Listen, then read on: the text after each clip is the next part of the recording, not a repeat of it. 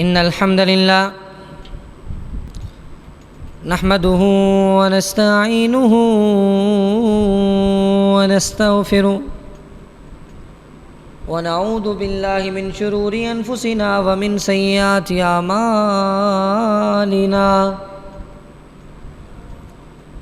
من يهده الله فلا مضل له ومن يضلله فلا هادي له أشهد أن لا إله إلا الله وحده لا شريك له وأشهد أن محمدًا عبده ورسوله اللهم صل على محمد وعلى آل محمد كما صليت على إبراهيم وعلى آل إبراهيم إنك حميد مجيد اللهم بارك على محمد وعلى آل محمد كما باركت على إبراهيم وعلى آل إبراهيم إنك حميد مجيد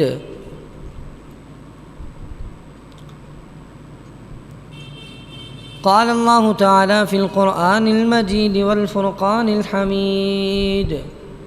يا أيها الذين آمنوا اتقوا الله حق تقاته ولا تموتن إلا وأنتم مسلمون يا أيها الناس اتقوا ربكم الذي خلقكم من نفس واحدة وخلق منها زوجها وبث منهما رجالا كثيرا ونساء واتقوا الله الذي تساءلون به والأرحام إن الله كان عليكم رقيبا يا أيها الذين آمنوا اتقوا الله وقولوا قولا سديدا يصلح لكم أعمالكم ويغفر لكم ذنوبكم ومن يطع الله ورسوله فقد فاز فوزا عظيما أما بعد فإن خير الحديث كتاب الله وخير الهدي هدي محمد وشر الأمور محدثاتها وكل محدثة بدعة وكل بدعة ضلالة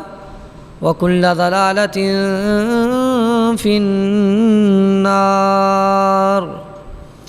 أعوذ بالله السميع العليم من الشيطان الرجيم بسم الله الرحمن الرحيم ومن يقتل مؤمنا متعمدا فجزاؤه جهنم خالدا فيها وغضب الله عليه ولعنه وأعد له عذابا عظيما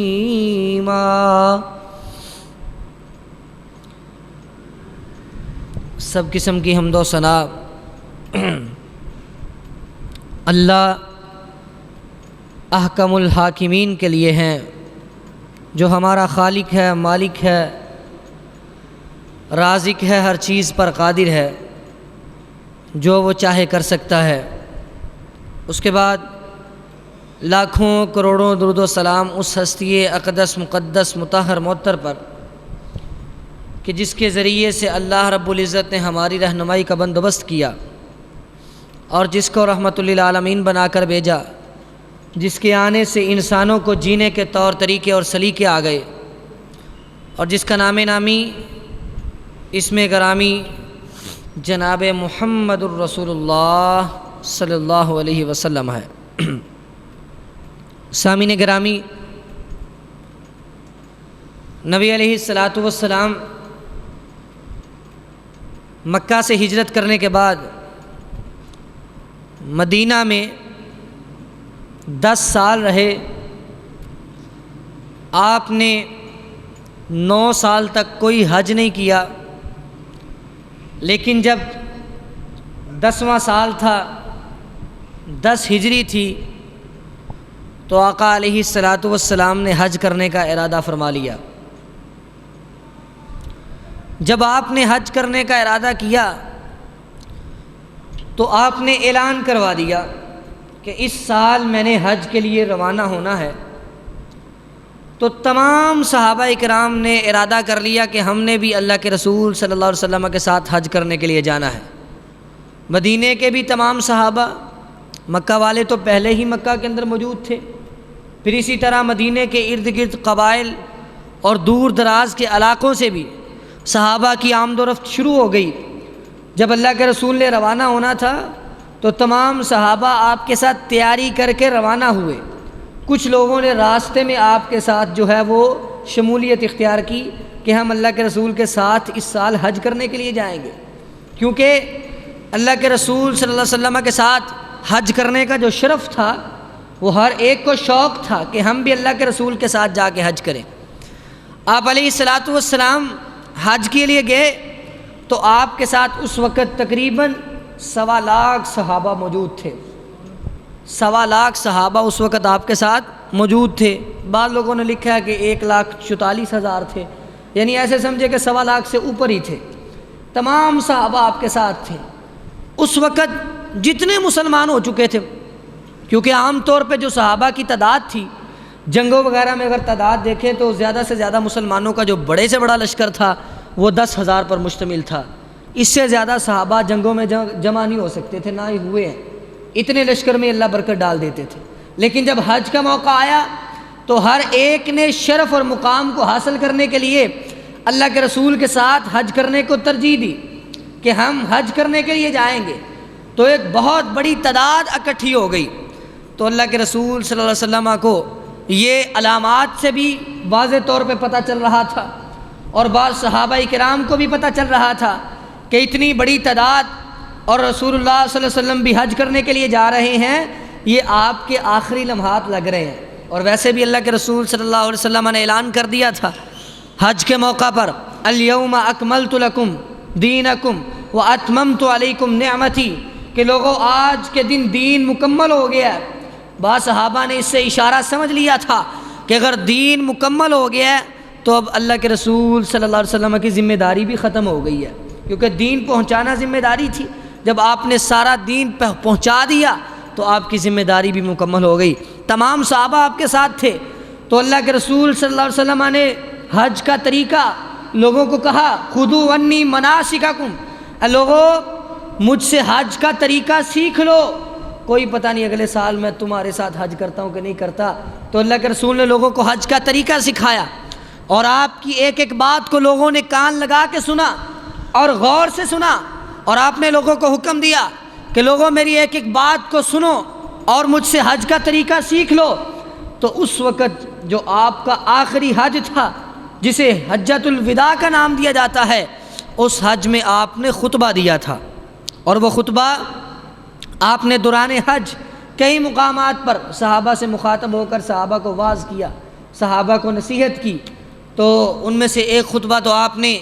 یوم النحر 10 ذو الحجہ کو خطبہ دیا، اور ایک یوم عرفہ 9 ذو الحجہ کو، جو آج بھی خطبہ حج کے نام سے معروف ہے، آپ سنتے ہیں ٹی وی چینلوں پہ چلایا جاتا ہے۔ خطبہ حج جو ہے وہ 9 ذو الحجہ کو، یعنی عرفہ کے دن جب سورج زائل ہو جاتا ہے، سورج ڈل جاتا ہے، اس وقت حج کا خطبہ ارشاد کیا جاتا ہے۔ تو اللہ کے رسول صلی اللہ علیہ وسلم نے اس وقت میدان عرفات میں تمام صحابہ کو ایک خطبہ دیا تھا۔ صحابی رسول فرماتے ہیں کہ ہم سارے میدان عرفات میں موجود تھے۔ جب سورج ڈھل گیا تو اللہ کے رسول صلی اللہ علیہ وسلم نے اپنی اونٹنی منگوانے کا حکم دیا کہ میری اونٹنی لائی جائے۔ آپ اونٹنی پر کجاوا رکھا گیا اور آپ اونٹنی پر سوار ہوئے۔ اونٹنی پر سوار ہو کے آپ وادی کے درمیان میں آ گئے، اور جب درمیان میں آئے تو آپ نے درمیان میں آ کے تمام صحابہ کو خطاب کیا۔ اور آپ ذرا غور کریں، تصور کریں کہ اس وقت سپیکر وغیرہ تو ہے نہیں تھے، اور ایک 1.25 لاکھ کا مجمع ہو، اور آواز پہنچانا تو بڑا مشکل ہے، آواز پہنچانا تو بڑا مشکل ہے۔ تو لیکن اس وقت جب اللہ کے رسول نے جو جو بات کی، جو جو حکم صادر فرمایا، جو جو واعظ کیا، ایک ایک بات صحابہ تک پہنچی، اور یہ اللہ کی طرف سے معجزہ صادر ہوا تھا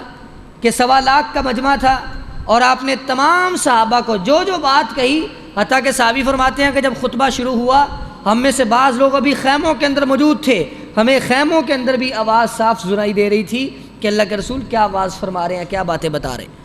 تو رسول اللہ صلی اللہ علیہ وسلم نے اس وقت جو بات کہی تھی، وہ جو انسانیت کو پیغام دیا تھا، تمام صحابہ کو سامنے بٹھا کر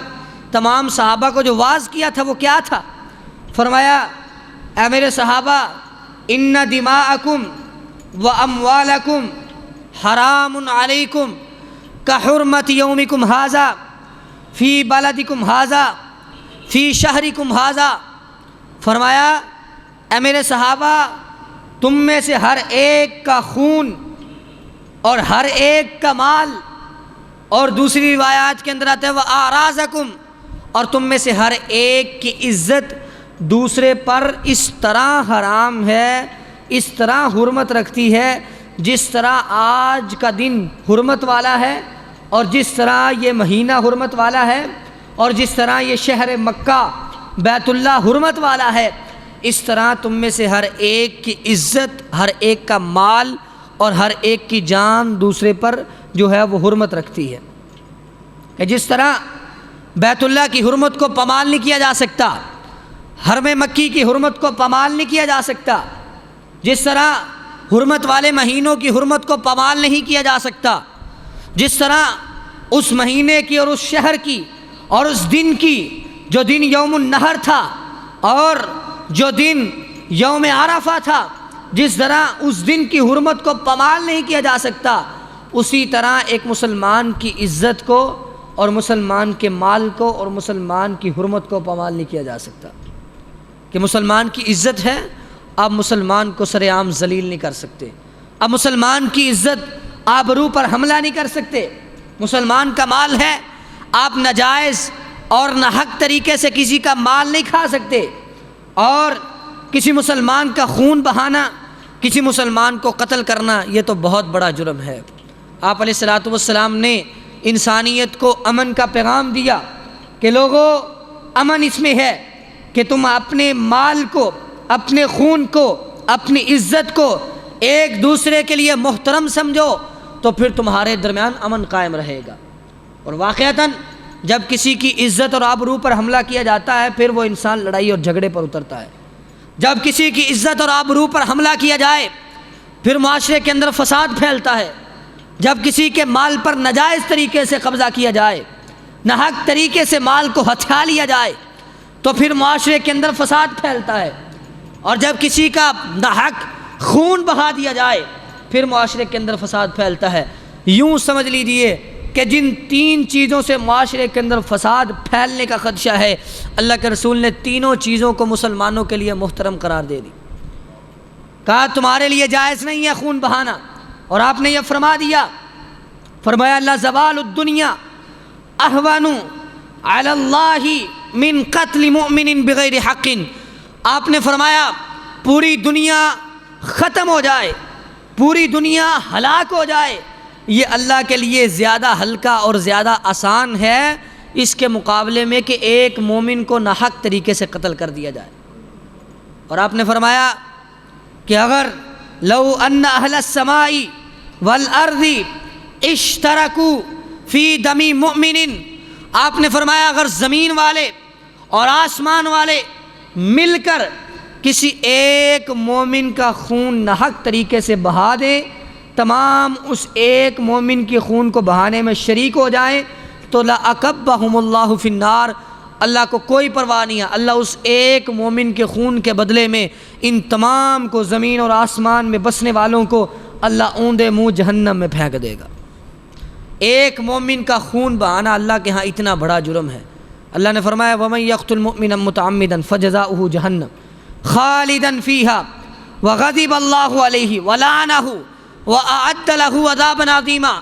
کہا جو کسی مسلمان کا ناحق طریقے سے خون بہاتا ہے، کسی مسلمان کو قتل کرتا ہے، اس پر اللہ کی لعنت ہو، اس پر اللہ کا غضب ہے، اس پر اللہ کی لعنت ہے، اور اللہ نے اس کے لیے دردناک عذاب تیار کر رکھا ہے، اور اللہ نے اس کے لیے دردناک عذاب تیار کر رکھا ہے، اور وہ بندہ ہمیشہ ہمیش جہنم میں رہے گا۔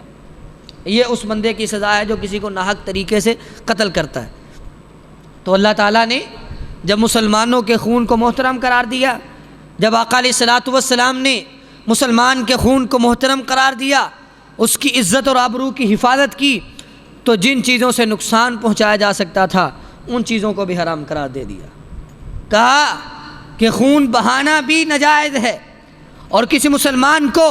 قتل کرنا بھی ناجائز ہے۔ فرمایا لا یحل دم امرئ مسلم، فرمایا کہ مسلمان کا خون بہانا جائز نہیں ہے۔ وہ مسلمان جو یشہد اللہ الہ الا اللہ وانی رسول اللہ، جو یہ گواہی دیتا ہے کہ اللہ تعالیٰ کے علاوہ کوئی الہ نہیں ہے اور میں محمد صلی اللہ علیہ وسلم اللہ کا رسول ہوں، فرمایا جو بندہ اس کا اقرار کرتا ہے اس کا خون بہانا جائز نہیں ہے۔ صرف 3 وجوہات کی بنیاد پر مسلمان کو قتل کیا جا سکتا ہے۔ فرمایا پہلا جو سبب ہے السیب الزانی، شادی شدہ زانی، اگر شادی شدہ ہو کر زنا کرتا ہے تو اسے رجم کر دیا جائے گا، اسے قتل کر دیا جائے گا۔ اور دوسرا النفس بالنفس، قتل کے بدلے قتل کرنا، یہ دوسرا سبب ہے۔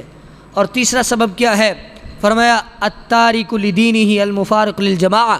جو بندہ اسلام قبول کرنے کے بعد اسلام چھوڑ کے کسی اور مذہب کو اختیار کر لیتا ہے، مرتد ہو جاتا ہے، اس پر بھی خون بہانا اس کا واجب ہو جاتا ہے۔ ان 3 وجوہات کی بنیاد پر کسی مسلمان بندے کا خون بہایا جا سکتا ہے، اس کے علاوہ کسی مسلمان کا خون بہانا جائز نہیں ہے۔ اور آپ علیہ الصلوۃ والسلام نے اتنی سخت وعیدیں، اور اللہ رب العزت نے بھی فرمایا جس نے ایک جان کو قتل کیا گویا کہ اس نے پوری کی پوری قتل الناس جمیعا، پوری کی پوری انسانیت کو قتل کر دیا، اور جس نے ایک جان کی زندگی کو بچایا گویا کہ اس نے پوری کی پوری انسانیت کو بچا لیا۔ تو اللہ رب العزت نے مسلمانوں کے خون کو اس قدر محترم قرار دیا ہے کہ مسلمانوں کا خون سر عام بہایا نہ جائے اور مسلمان کے خون کو ہلکا نہ سمجھا جائے۔ ایک مسلمان کا خون اللہ کے ہاں پوری کائنات سے زیادہ اعلیٰ مقام رکھتا ہے اور وزنی ہے۔ اس وقت عرب کے دیہاتی لوگ اور بدو قسم کے لوگ آپس میں خون بہانے کو کوئی بڑا جرم نہیں سمجھا کرتے تھے، اور آپس میں دشمنیاں سالہ سال جاری رہتی تھی، قتل و غارت عام تھی، لڑائی اور جھگڑے عام تھے۔ اللہ کے رسول نے امن کا پیغام دیا، کہا آج کے بعد تمہارا خون ایک دوسرے پر حرام قرار دے دیا گیا ہے، آج کے بعد کوئی کسی کا خون نہیں بہا سکتا۔ بلکہ آپ علیہ الصلوۃ والسلام نے فرمایا کل المسلم علی المسلم حرام دمہ وعرضہ ومالہ۔ آپ نے فرمایا کہ ایک مسلمان دوسرے مسلمان کے لیے مکمل محترم ہے، اس کا مال بھی اس کے لیے احترام کے لائق ہے، اس کی جان بھی اس کے لیے احترام کے لائق ہے، اس کی عزت اور احترام کرنا بھی اس کے لیے واجب ہے۔ کسی کی نہ عزت کو پامال کیا جا سکتا ہے، نہ ہی کسی کے مال کو ہتھیایا جا سکتا ہے، اور نہ ہی کسی کے خون کو بہایا جا سکتا ہے۔ مسلمان سارے کا سارا محترم ہے اور حرمت والا ہے۔ اور دوسرے نمبر پر آپ نے فرمایا کہ مسلمان کے مال کر ناجائز طریقے سے قبضہ نہیں کر سکتے۔ اور جب آپ نے یہ کہا کہ مسلمان پر مال جو ہے وہ حرام ہے، اور جب کہا حرام ہے ناجائز طریقے سے لینا اور نہ حق طریقے سے ہتھیانا یہ بہت بڑا جرم ہے، تو آپ علیہ الصلوۃ والسلام نے ساتھ ساتھ جتنے راستے تھے جن راستوں سے مسلمانوں کے مال کو ہتھیایا جا سکتا تھا، آپ علیہ الصلوۃ والسلام نے وہ راستے بھی بند فرما دیے۔ چوری کے طریقے سے مسلمانوں کے مال پر قبضہ کیا جا سکتا ہے، مسلمانوں کے مال کو ہتھیایا جا سکتا ہے۔ اللہ رب العزت نے فرمایا والسارق والسارقۃ فاقطعوا ایدیہما جزاء بما کسبا نکالا من اللہ۔ جب مسلمان کے مال کو حرمت والا کہا تو پھر اس کی حرمت کا انتظام بھی کیا، اور حرمت کا انتظام کیا تھا؟ کہا اگر کسی مسلمان نے کسی کے مال کو چرا لیا تو اس کے ہاتھ کو کاٹ دیا جائے گا۔ ایک مسلمان کے مال کا اس قدر احترام ہے کہ اگر کوئی اس کا مال چراتا ہے تو اسلامی قانون کے مطابق اس کے ہاتھ کو اس کے دائیں ہاتھ کو کاٹ دیا جائے گا۔ لیکن آج یہ حد نافذ نہیں ہے، اس لیے چوریاں بھی عام ہیں، ڈکیتیاں بھی عام ہیں، ڈاکے بھی عام ہیں۔ اگر اسلامی حدود کا نفاذ ہو جائے، اگر ایک حد سرعام سب کے سامنے نافذ کر دی جائے تو لوگ اس جرم سے ڈرنا شروع ہو جائیں، لوگ اس جرم سے بھاگنا شروع ہو جائیں۔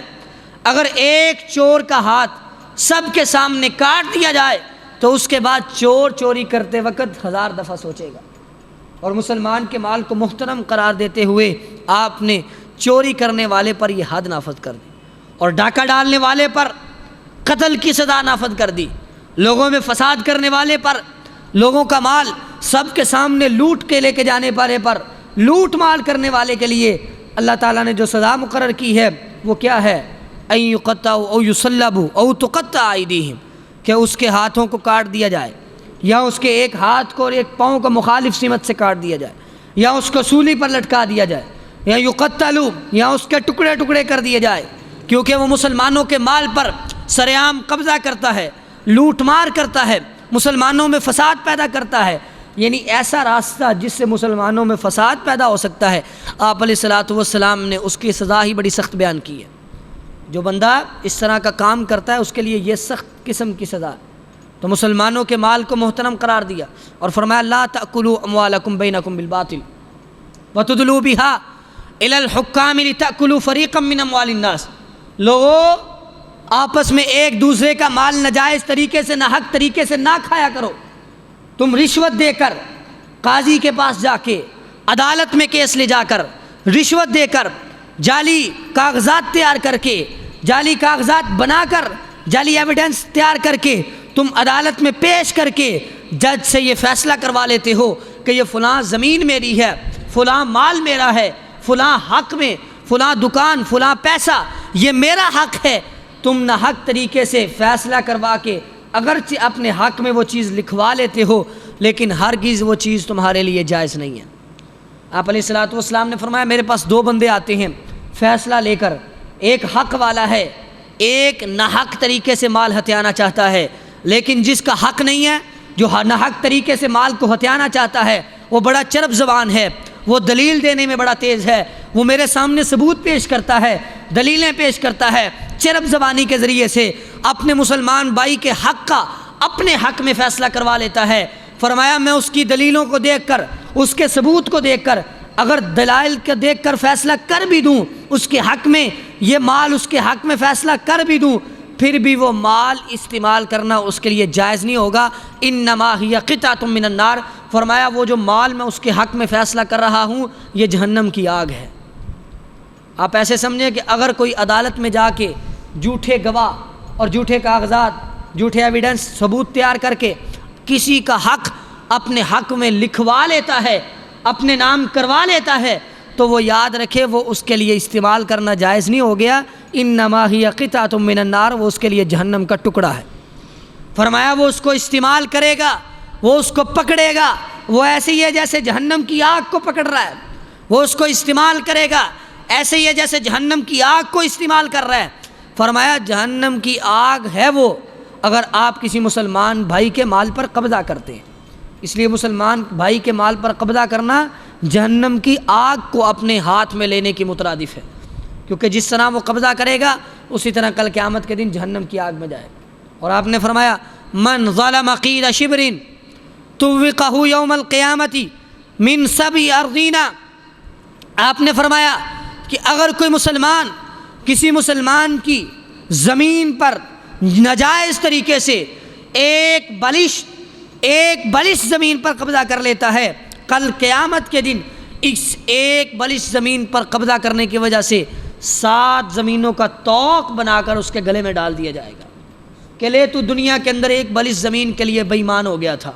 ایک بلش زمین کے لیے تو آخرت کو بھول گیا تھا، ایک بلش زمین کے لیے تو نے اپنے ایمان کو بیچ دیا تھا، لے ایک بلش زمین کے بدلے میں 7 زمینوں کا طوق بنا کر پھندا بنا کر اس کے گلے میں ڈال دیا جائے گا، لے 7 زمینیں اٹھا کے بھاگتا پھر، اب کیسے اٹھا سکتا ہے؟ اتنی بڑی سزا اس بندے کو دی جائے گی جو بندہ دنیا کے اندر کسی مسلمان کے مال پر قبضہ کرتا ہے۔ اور آپ نے فرمایا کہ تم پر تمہارے مال، تمہارا خون اور تمہاری عزت بھی حرام ہے، تم کسی کی عزت کو بھی پامال نہیں کر سکتے، کسی کی عزت اور آبرو پر حملہ نہیں کر سکتے، کسی پر تہمت نہیں لگا سکتے، کسی پر الزام نہیں لگا سکتے۔ جب آپ کسی پر الزام لگائیں گے، جب آپ کسی پر تہمت لگائیں گے، جب آپ کسی کی عزت اور آبرو پر حملہ کریں گے تو پھر معاشرے میں فساد پھیلے گا۔ آپ نے اس بات سے بھی منع کر دیا، اس کو بھی حرام قرار دے دیا۔ بلکہ قرآن پاک میں تہمت لگانے والے کی جو اللہ رب العزت نے جو سزا مقرر کی ہے وہ سزا بڑی سخت ہے۔ فرمایا والذین یرمون المحصنات ثم لم یأتوا بأربعة شہداء فاجلدوہم 80 جلدہ۔ اللہ رب العزت نے فرمایا کہ وہ لوگ جو پاک دامن عورت پر تہمت لگاتے ہیں، الزام لگاتے ہیں، اس کی عزت اور آبرو پر حملہ کرتے ہیں، اگر وہ اس الزام کو ثابت کرنے کے لیے، اس تہمت کو ثابت کرنے کے لیے 4 سچے گواہ نہیں لا سکتے، 4 سچے گواہ، جھوٹے گواہ نہیں، اپنے بنائے ہوئے گواہ نہیں، وہ لوگ گواہی دیں جن کا معاشرے کے اندر ثقافت اور سچائی معروف ہو کہ بھائی یہ جھوٹ نہیں بولتے، ان کی گواہی بھی سچی ہوگی۔ 4 گواہ نہ لا سکے اور کسی عورت پر الزام لگا دے، فرمایا فجلدوہم 80 جلدہ، اس کی سزا یہ ہے کہ اسے 80 کوڑے مارے جائیں۔ اسے سر عام بازار میں جب ایک دفعہ کسی عورت کی عزت پر، آبرو پر حملہ کرنے کی وجہ سے، کسی عورت پر الزام اور تہمت لگانے کی وجہ سے 80 کوڑے مارے جائیں گے تو دوبارہ معاشرے کے اندر یہ جرم کا ارتکاب کرنے والا کوئی نہیں ہوگا۔ پھر لوگ خود خیال کریں گے بھئی اس جرم کی سزا یہ ہے، ہم نے کسی کی عزت اور آبرو پر حملہ نہیں کرنا، ہم نے کسی پر الزام نہیں لگانا۔ تو اللہ رب العزت نے بھی ایک مسلمان کی عزت اور احترام کو باقی رکھا ہے۔ عزت اور آبرو کی حفاظت کے لیے، انسان کی عزت کو محفوظ رکھنے کے لیے اللہ نے زنا کو حرام قرار دے دیا۔ فرمایا ولا تقربوا الزنا، جو زنا کے قریب گیا اور جو زنا کا ارتکاب کر بیٹھا اس کے لیے اللہ نے بہت سخت سزا رکھی۔ فرمایا کہ اگر آپ علیہ الصلوۃ والسلام نے فرمایا اگر کبارہ زنا کرتا ہے تو اسے 100 کوڑے مارے جائیں گے اور جلا وطن کر دیا جائے گا، اور اگر کوئی شادی شدہ زنا کرتا ہے تو اس کی سزا یہ ہے کہ اسے رجم کر دیا جائے گا۔ یہ سزائیں کس لیے قائم کی گئیں؟ یہ سزائیں کس لیے رکھی گئیں؟ تاکہ کوئی بھی جو ہے مسلمان اس جرم کا ارتکاب نہ کرے، مسلمان اس جرم کا ارتکاب نہ کرے، مسلمان اس جرم سے دور رہے، مسلمان لوگوں کی عزت کو بھی جو ہے وہ محفوظ رکھے اور اپنی عزت کو بھی محفوظ رکھے۔ جب مسلمان اپنی عزت کو محفوظ رکھے گا اور لوگوں کی عزت پر بھی حملہ نہیں کرے گا تو پھر معاشرے کے اندر فساد پیدا نہیں ہوگا۔ اس لیے ایک مسلمان کی عزت، مسلمان کا خون اور مسلمان کا مال، یہ تینوں چیزیں اللہ کے نبی صلی اللہ علیہ وسلم نے حجۃ الوداع کے موقع پر حرام قرار دے دی تھی، اور فرمایا کہ آج کے بعد ان چیزوں کے اندر مسلمان کمی اور کوتاہی نہ کرے۔ اور فرمایا الا کل شیء من امر الجاہلیہ تحت قدمی موضوع، اور فرمایا آج کے دن جاہلیت کے جتنے بھی کام تھے وہ سارے کے سارے میرے قدموں تلے رون دیے گئے ہیں، وہ ختم کر دیے گئے ہیں۔ اور فرمایا جاہلیت کے اندر سود تھا، ورب الجاہلیہ موضوع، جاہلیت کے اندر سود چلا کرتا تھا، سود در سود، لوگوں کے اوپر قرضہ چڑھا کر پھر سود کی 7% لگا کر ہر مہینے اور ہر سال سود کو بڑھایا جا رہا تھا، اور غریب غریب تر ہوتا جا رہا تھا، امیر امیر تر ہوتا جا رہا تھا، غریب ظلم کی چکی میں پس رہا تھا، سود دینے سے قاصر اور عاجز آ جایا کرتا تھا۔ تو اللہ کے رسول نے فرمایا آج کے دن جاہلیت میں جو سود لیا جاتا تھا وہ سارے کا سارا ختم کر دیا گیا ہے۔ اور سود کے خلاف جب آپ علیہ الصلوۃ والسلام نے جاہلیت کی اس رسم بد کو ختم کیا، رسم کیا تھی؟ کسی کو قرض دینا اور ساتھ میں کہنا کہ جب قرضہ واپس کرو گے تو ساتھ میں تم نے اتنا سود دینا ہے۔ جب مقررہ مدت تک مقروض قرضہ ادا نہیں کرتا تو پھر وہ سود اور بڑھا دیتے، پھر مدت بھی بڑھ جاتی، سود بھی بڑھ جاتا۔ پھر اگر دوبارہ مقررہ مدت پر مقروض سود نہیں ادا کر سکتا تھا اور قرضہ بھی نہیں ادا کر سکتا تھا وہ مدت بھی بڑھا دیتے تھے، سود بھی بڑھا دیتے تھے۔ اللہ رب العزت نے فرمایا لا تأکلوا الربا اضعافا مضاعفا، سود کو بڑھا چڑھا کر نہ کھاؤ۔ اور اللہ کے نبی نے سود کو حرام قرار دے دیا اور پھر فرمایا لعن رسول اللہ آکل الربا وموکلہ وکاتبہ وشاہدیہ وقال ہم سواء۔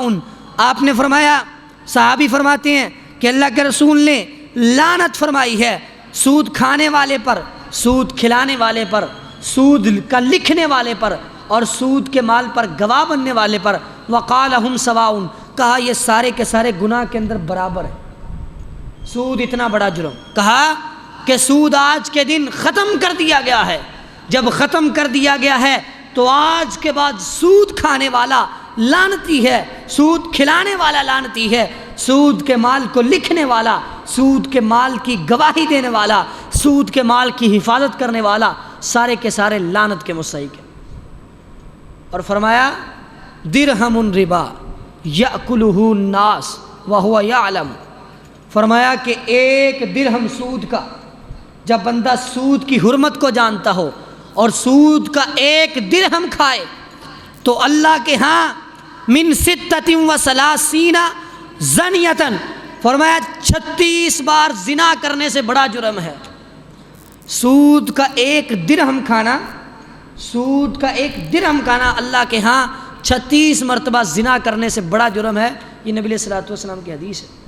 جب سود کو حرام قرار دے دیا تو کہا سود پر بہت بڑا گناہ بھی ہے، اور سود کھانا فَأْذَنُوا بِحَرْبٍ مِّنَ اللَّهِ، کہا سود سے توبہ کر لو، اور جو اصل مال ہے قرضہ دیا ہے وہ واپس لے لو، سود چھوڑ دو، سود کو ہاتھ نہ لگاؤ، سود کو چھو تک بھی نہ، بس اپنا اصل مال لے لو۔ اگر آپ نے بینک کے اندر پیسے رکھے ہیں، آپ کو آپ کے پیسوں پر سود مل رہا ہے، آپ سود کو ہاتھ بھی نہ لگاؤ، اپنا اصل مال لے لو۔ سود آپ کا مال نہیں ہے، اصل مال آپ کا مال ہے، آپ وہ لے لو۔ وَذَرُوا مَا بَقِيَ مِنَ الرِّبَا، اللہ کا فرمان ہے جو باقی سود ہے اسے چھوڑ دو اور اللہ سے توبہ کر لو۔ اگر تم ایمان والے ہو تو اللہ سے ڈر جاؤ، سود کھانا چھوڑ دو۔ اگر تم پھر بھی باز نہ آئے تو فَأْذَنُوا بِحَرْبٍ مِّنَ اللَّهِ، تم اللہ سے اعلان جنگ کر رہے ہو۔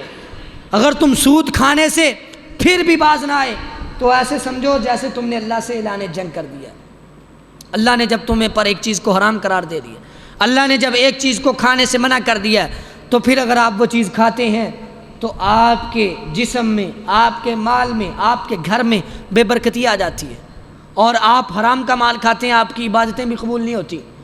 آپ علیہ الصلوۃ والسلام نے فرمایا لوگ تو یہ سمجھتے ہیں نا کہ ہم سود کا مال لیں گے ہمارا مال بڑھ جائے گا، سود پہ سود لیں گے تو ہمارے مال کے اندر اضافہ ہو جائے گا۔ تو آپ علیہ الصلوۃ والسلام نے فرمایا سود کا مال جتنا بھی ہو جائے اس کی انتہا یہ ہے کہ آدمی آخر کار بھکاری بن جاتا ہے،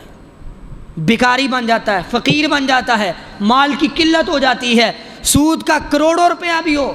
آدمی آخر کار انجام یہ ہے کہ وہ قلت مال کا شکار ہو جاتا ہے، اسے پھر بھی لگتا ہے کہ میرے پاس مال کم ہے۔ لیکن جو حلال کا مال ہے وہ تھوڑا بھی ہو تو اللہ برکت ڈال دیتے ہیں۔ فرمایا یمحق اللہ الربا ویربی الصدقات، اللہ سود کو مٹا دیتا ہے، سود جتنا بھی اکٹھا کر لو سارے کا سارا ضائع ہو جاتا ہے، ختم ہو جاتا ہے، قلت ہو جاتی ہے، انسان فقیر و بیکاری بن جاتا ہے، مال ہونے کے باوجود بھی لوگوں کے سامنے ہاتھ پھیلاتا ہے، قرضے اٹھاتا ہے۔ لیکن یربی الصدقات، جو اللہ کے راستے میں صدقہ دیتا ہے اللہ اس صدقے کو بڑھا دیتا ہے۔ تو یہ اللہ کا قانون ہے۔ آپ علیہ الصلوۃ والسلام نے فرمایا جاہلیت کے خون، جاہلیت کے کام، جاہلیت کا سود، تمام چیزوں کو آج کے دن ختم کر دیا گیا ہے، کیونکہ الیوم اکملت لکم دینکم، آج کے دن دین کو مکمل کر دیا ہے، کیونکہ آپ نے یہ حجۃ الوداع کے موقع پر ساری باتیں ارشاد فرمائی، اور فرمایا اتقوا اللہ فی النساء، فرمایا اپنی بیویوں کے بارے میں اللہ سے ڈر جاؤ، اپنی بیویوں کے بارے میں اللہ سے ڈر جاؤ، کیونکہ اس وقت عورتوں کو اس قدر مقام نہیں دیا جاتا تھا، جاہلیت کے اندر عورت کو کچھ بھی نہیں سمجھا جاتا تھا، جاہلیت کے اندر عورت کو ذلیل اور حقیر سمجھا جاتا تھا، جاہلیت کے اندر عورت کو وراثت سے محروم کر دیا جاتا تھا، جاہلیت کے اندر عورت کو ماں ہو، بیٹی ہو، بہن ہو، مقام نہیں دیا جاتا تھا۔ آپ نے فرمایا ماں ہو تو خدمت کرو گے یہ ثواب ملے گا، بہن ہے تو ساتھ دو کہ یہ اجر ملے گا، بیٹی ہے پرورش کرو گے تو جنت ملے گی۔ آپ علیہ الصلوۃ والسلام نے عورت کے مقام کو بڑھایا، اور عورت کو وہ حق دیا جو پیچھے کبھی نہیں مل سکا۔ اور آپ نے کیا فرمایا؟ فرمایا اتقوا اللہ فی النساء، عورتوں کے بارے میں، اپنی بیویوں کے بارے میں، ان کے حقوق کے بارے میں اللہ سے ڈرو۔ کسی عورت کے حق کو نہیں مارنا، اپنی بیوی کے حقوق پر قبضہ نہیں کرنا۔ جو بیوی کا حق ہے وہ اسے دے دو، جو بیوی کا حق بنتا ہے اس کو ادا کرو، اور بیوی بھی خامد کے حق کو ادا کرے۔ ایک صحابی معاویہ قشیری رضی اللہ تعالیٰ نے پوچھا، اللہ کے رسول بیوی کا خامد پر کیا حق ہے؟ آپ نے فرمایا ان تطعمها اذا طعمت وتکسوها اذا اکتسیت، جب خود کھائے تو اپنی بیوی کو بھی کھلائے، جب خود پہنے تو اپنی بیوی کو بھی پہنائے، اور جیسا خود کھائے اپنی بیوی کو بھی کھلائے، جیسا خود پہنے ویسا اچھا لباس بہترین، اگر خود بہترین پہنتا ہے تو اپنی بیوی کو بھی بہترین لباس لے کے دے۔ فرمایا یہ بیوی کے حق کا خیال رکھو۔ جب میاں اور بیوی آپس میں ایک دوسرے کے حقوق کا خیال رکھیں گے تو گھر کے اندر امن اور سلامتی رہے گی۔ تو آپ علیہ الصلوۃ والسلام نے حجۃ الوداع کے اندر تمام ایسی باتیں ارشاد فرمائی جن کے ساتھ معاشرے کے اندر امن پیدا ہوتا ہے، جن کے ساتھ آپس میں سلوک اور محبت اور پیار پیدا ہوتا ہے۔ عزت کسی کی پامال نہیں کرنی، کسی کا مال ناجائز طریقے سے نہیں کھانا، اور کسی کا خون نہیں بہانا، اور کسی کا مال نہیں کھانا، اور سود نہیں کھانا، اور اسی طرح آپس میں میاں بیوی کے حقوق کا خیال رکھنا ہے، عورتوں کے حقوق کو ادا کرنا ہے۔ عورت چاہے بیٹی کے روپ میں ہو، چاہے ماں کے روپ میں ہو، چاہے بہن کے روپ میں ہو، جس بھی روپ میں ہو، آپ نے عورت کی عزت اور احترام کا خیال رکھنا ہے اور عورت کے حق کو ادا کرنا ہے۔ اور فرمایا لوگوں یاد رکھو میں چلا جاؤں گا، میرے بعد ایک چیز میں تم پہ چھوڑ کے جا رہا ہوں، وہ ہے کتاب اللہ۔ اور فرمایا اگر تم میرے بعد کتاب اللہ کو تھام لوگے تو تم کبھی بھی گمراہ نہیں ہوگے۔ جو بندہ میرے بعد کتاب اللہ کو تھام لے گا، قرآن کو تھام لے گا، سنت کو تھام لے گا، وہ کبھی بھی گمراہ نہیں ہو سکتا۔ اور واقعتاً اللہ کے رسول کا یہ فرمان 100% سچ ثابت ہوا ہے۔ جن لوگوں نے کتاب اللہ اور سنت رسول اللہ کو تھاما ہے وہ گمراہ نہیں ہوئے، اور جو جتنا کتاب اللہ کو چھوڑتا ہے، جو جتنا قرآن سے دور ہوتا ہے وہ اتنا ہی گمراہ ہو جاتا ہے،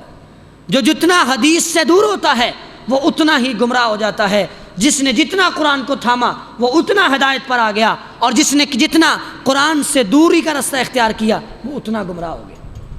اس لیے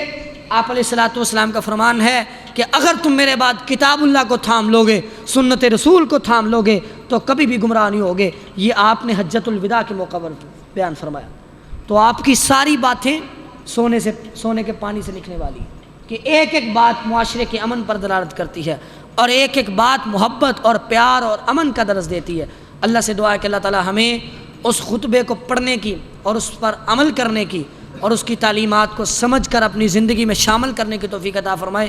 اللہ تعالی ہمیں کتاب و سنت پر عمل کرنے کی اور کتاب و سنت کو تھامنے کی توفیق عطا فرمائے۔ وآخر دعوانا ان الحمد للہ رب العالمین۔